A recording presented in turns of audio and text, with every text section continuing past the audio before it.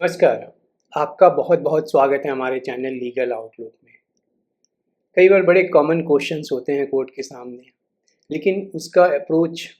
हर एक कोर्ट का अप्रोच अलग होता है और इससे हमें एक नई जजमेंट का और नए लॉ प्रोपाउंड हो जाते हैं। अब जैसे एक बिल्कुल सिंपल सा केस है जिसमें ए जो है वो एक एग्रीमेंट में एंटर करता है बी से, जो बी के लैंड को खरीदने के लिए 7,000 रुपये एडवांस देता है, जिसमें टोटल डील जो थी वो 20,000 रुपये की थी। और वो फिर ए जो पीछे पड़ता है बी के कि वो सेल डीड एग्जीक्यूट करे और पोजीशन दे।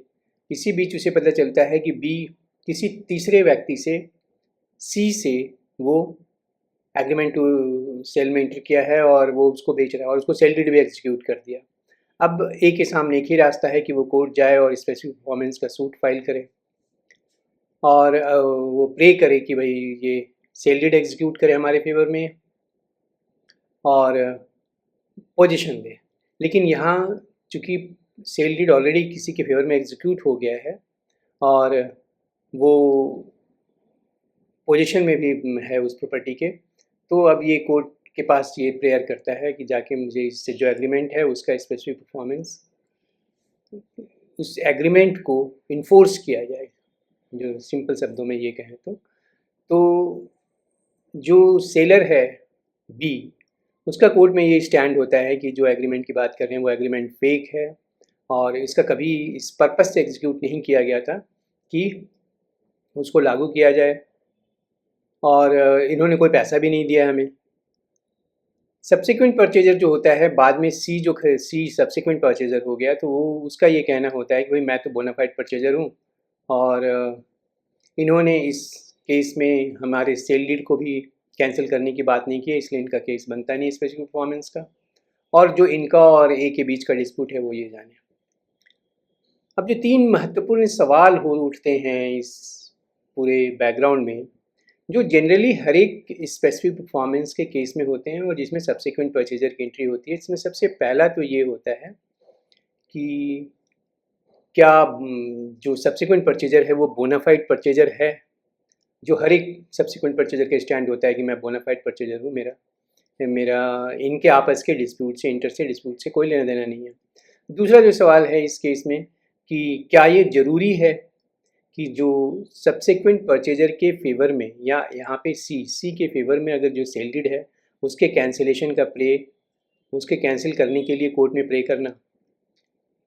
तीसरा कि जो ओरिजिनल डॉक्यूमेंट एक सेल डीड है, एग्रीमेंट टू सेल है, तो क्या उसमें जो टर्म्स कंडीशन है उनको लेकर ओरल एविडेंस दिया जा सकता है। तो इन सब बैकग्राउंड में यही तीन सवाल थे डिवीज़न बेंच के, सुप्रीम कोर्ट के डिवीज़न बेंच के सामने, जिसमें जस्टिस अभय ओका थे और संजय करोल थे। इस केस में ट्रायल कोर्ट ने डिक्री कर दी थी, फर्स्ट अपीलेट कोर्ट ने उसे अपील कर दिया। उसका जब सेकंड अपील फाइल किया गया कोर्ट में,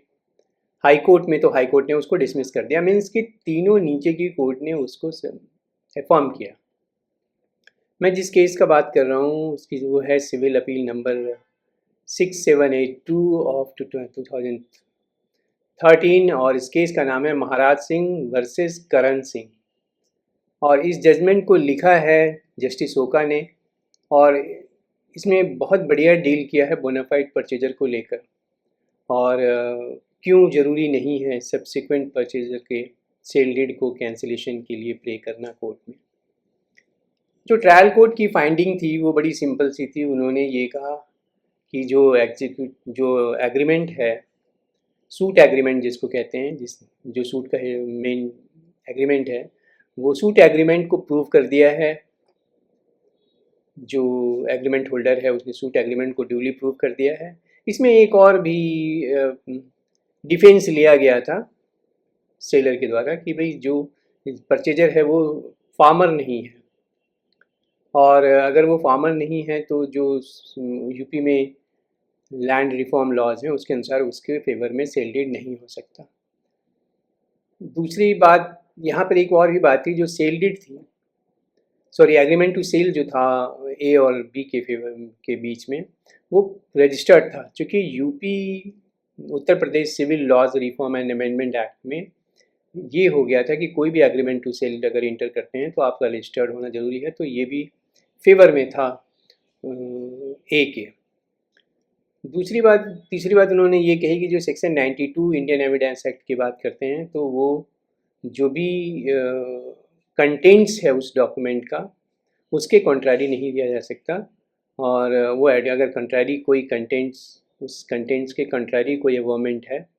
तो वो एडमिसिबल नहीं है। और आखिरी में ट्रायल कोर्ट ने ये कहा कि जो सब्सिक्वेंट परचेजर हैं वो बोनाफाइड नहीं है, और इसकी बेसिस पर उसने डिक्री पास कर दी और डायरेक्शन दिया कि भाई आप सेल डीड एग्जीक्यूट कीजिए और पोजीशन दीजिए। जैसे मैंने बताया कि फर्स्ट अपील फाइल हुआ डिस्ट्रिक्ट जज के पास, उसने डिसमिस कर दिया, हाई कोर्ट ने डिसमिस कर दिया। अब सुप्रीम कोर्ट के सामने जो सबसे पहले जो उन्होंने ये रेज़ किया कि जो सब्सिक्वेंट परचेजर का जो आर्गुमेंट था कि जो ए है यहाँ पे जो एग्रीमेंट होल्डर है वो एग्रीकल्चरिस्ट नहीं है, तो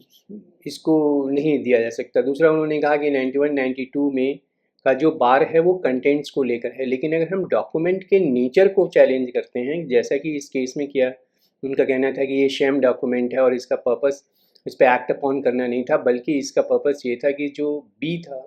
वो गंदी आदतों का शिकार था, तो कहीं वो उस लैंड को वेस्ट ना कर दे, किसी के फेवर में कोई गलत डॉक्यूमेंट ना बना दे, इस वजह से ये डॉक्यूमेंट बनाया गया था। तीसरी, और उसके बाद ये कहा कि सब्सिक्वेंट परचेजर के का ये आर्गूमेंट था कि भाई मैं तो बोनाफाइड हूँ और मेरा इनके आपस के डिस्प्यूट से कोई लेना देना नहीं है और हमने पैसा देकर ख़रीदा है। अब जो सबसे पहली चीज़ जो सुप्रीम कोर्ट ने डील करी कि सेक्शन 91 का क्या इफ़ेक्ट होगा, कि इफ़ेक्ट होगा इस केस में, जहाँ पे कि वो ये नई चीज़ें लेकर आ रहे हैं जो सब्सिक्वेंटली ऐड किया है। जब बी की डेथ हो जाती है और उसकी मदर आती है,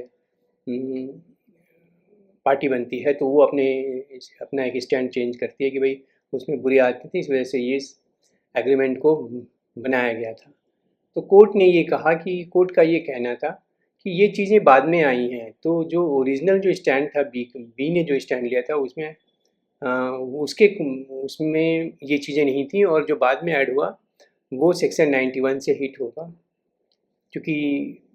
सेक्शन 91 क्लियरली ये कहता है कि जो कंटेंट्स हैं डॉक्यूमेंट के वो पढ़े जाएंगे, उसके कंटेंट्स को आप ओरल आर्गूमेंट से या नई चीज़ों से सपोर्ट नहीं कर सकते। दूसरी बात जो बोनाफाइड परचेजर की थी, उसको सुप्रीम कोर्ट ने ये कहा कि section 3 transfer of property act का एक्सप्लेनेशन है, उसमें ये कहता है कि अगर वो डॉक्यूमेंट रजिस्टर्ड है तो ये इन जनरल नोटिस है, और जो सब्सिक्वेंट परचेजर हैं वो अगर जाके रजिस्ट्रार ऑफिस में पता करते, ड्यू डिलीजेंस करते, तो उनको पता चल जाता कि पहले जो कोई एग्रीमेंट सब्सिस्ट कर रहा है। तो अगर वो सब्सिक्वेंट परचेजर के नॉलेज में नहीं है तो इसके पीछे वजह क्या है कि उन्होंने कोशिश ही नहीं की, लेकिन डॉक्यूमेंट रजिस्टर्ड है पब्लिक डॉक्यूमेंट डोमेन में, तो ये कंस्ट्रक्टिव नोटिस माना जाएगा, और उसके बोनाफाइड परचेजर वाले आर्गुमेंट को भी सुप्रीम कोर्ट ने खारिज कर दिया और कहा कि भाई आप बोनाफाइड परचेजर नहीं हैं, और जो विदाउट नोटिस हो और विद गुड फेथ में हो और विद कंसिडरेशन हो, तो बोनाफाइड परचेजर वाली बात भी ख़त्म कर दी। अब जो तीसरी बात थी कि भाई क्या जो सब्सिक्वेंट परचेजर के फेवर में जो रजिस्टर्ड डॉक्यूमेंट है सेल डीड, उसके कैंसिलेशन का प्रेयर नहीं है, तो इससे सूट के क्या इसका ज़रूरी था, और अगर नहीं है तो इनका सूट इस पॉइंट पे डिसमिस किया जा सकता है। सुप्रीम कोर्ट ने अपने पुराने जजमेंट का सहारा लिया, जो 1953 का जजमेंट है, लाला दुर्गा प्रसाद वर्सेस लाला दीपचंद, और उन्होंने ये कहा कि जब भी ऐसे सिचुएशन होता है कि जहाँ सब्सिक्वेंट परचेजर आ जाते हैं, तो उन्होंने कहा कि अब सब्सिक्वेंट परचेजर के पास एक डॉक्यूमेंट उसके फेवर में है, तो उसके फेवर में ट्रांसफ़र तो हो गया, ऑनरशिप ट्रांसफ़र हो गया है, और अब केवल अगर हम ये डायरेक्शन देते हैं, कोर्ट के द्वारा डायरेक्शन जाता है ओरिजिनल ऑनर को, वेंडर को, कि आप डॉक्यूमेंट एग्जीक्यूट कर दीजिए स्पेसिफिक परफॉर्मेंस के तहत एग्रीमेंट होल्डर को, तो वो सही नहीं है। चूँकि कोई ना एक राइट एक्रू हो गया है एक रजिस्टर्ड डॉक्यूमेंट के द्वारा सब्सिक्वेंट परचेजर को, तो अब जो रास्ता बचता है वो ये बचता है कि भाई या तो हम ये कहें सब्सिक्वेंट परचेजर को कि तुम रिकन्वे करो ओरिजिनल ऑनर के फेवर में, और फिर ओरिजिनल ऑनर को कहें कि आप डॉक्यूमेंट एग्जीक्यूट कीजिए। तो उससे जो बेहतर तरीका ये है कि हम ये ओरिजिनल ऑनर को कहें कि आप को डॉक्यूमेंट एग्जीक्यूट करना है और सब्सिक्वेंट परचेजर को कहें कि आप उसको ज्वाइन कीजिए। तो इससे इस सिनेरियो में ये ज़रूरी नहीं है कि फिर वो पिछला सेल डीड को कैंसिल किया जाए। तो ये एक अल्टरनेटिव अरेंजमेंट निकाला, क्योंकि अगर टर्म्स में कोई चेंज करते हैं तो कोर्ट के पास ऐसा कोई पावर नहीं है कि दो व्यक्ति के बीच में प्राइवेट एग्रीमेंट है तो उसके कॉन्ट्रैक्ट को चेंज करें। तो इसलिए इस सिनेरियो में जो सब्सिक्वेंट परचेजर है वो ज्वाइन करे, और इससे उसके पहले वाले जो उसके सेल डीड उसके फेवर में है उसका इफेक्ट ख़त्म हो जाएगा, और कोई रिक्वायरमेंट नहीं है। फिर कोर्ट ने ये कहा कि इसकी कोई ज़रूरत ही नहीं है कि वो प्रेयर करे एग्रीमेंट होल्डर कि ओरिजिनल वेंडर या ओरिजिनल ऑनर जो है वो जो डॉक्यूमेंट उसने एग्जीक्यूट किया है सब्सिक्वेंट परचेजर के फेवर में वो कैंसिल किया जाए। तो एक रास्ता जो है कई जजमेंट को डिस्कस करके सुप्रीम कोर्ट ने निकाला कि जो डायरेक्शन दिया कि ओरिजिनल ऑनर को कि आप एग्जीक्यूट कीजिए डॉक्यूमेंट, और सब्सिक्वेंट परचेजर को कहा कि आप इसका पार्टी इस डॉक्यूमेंट में पार्टी बन जाइए, ज्वाइन कीजिए, जिससे कि आपके पिछले डॉक्यूमेंट जो आपके फेवर में है उसका इफेक्ट ख़त्म हो जाए। ये एक नई चीज़ देखने को मिली। तो नॉर्मली हम एज ए लॉयर प्रैक्टिस करते हैं तो उसमें हमारा प्रयास ये होता है कि हम जो सब्सिक्वेंट परचेजर के फेवर में जो डॉक्यूमेंट है उसके कैंसिलेशन की भी बात करें, जो सेक्शन 31 में हमें करना पड़ता है, जिसके तहत फिर रजिस्ट्रार को ये डायरेक्शन जाता है कोर्ट से कि आप उस डॉक्यूमेंट को कैंसिल कीजिए। लेकिन इस चीज़ को सुप्रीम कोर्ट ने यहाँ पर ऐसे रास्ता निकाला।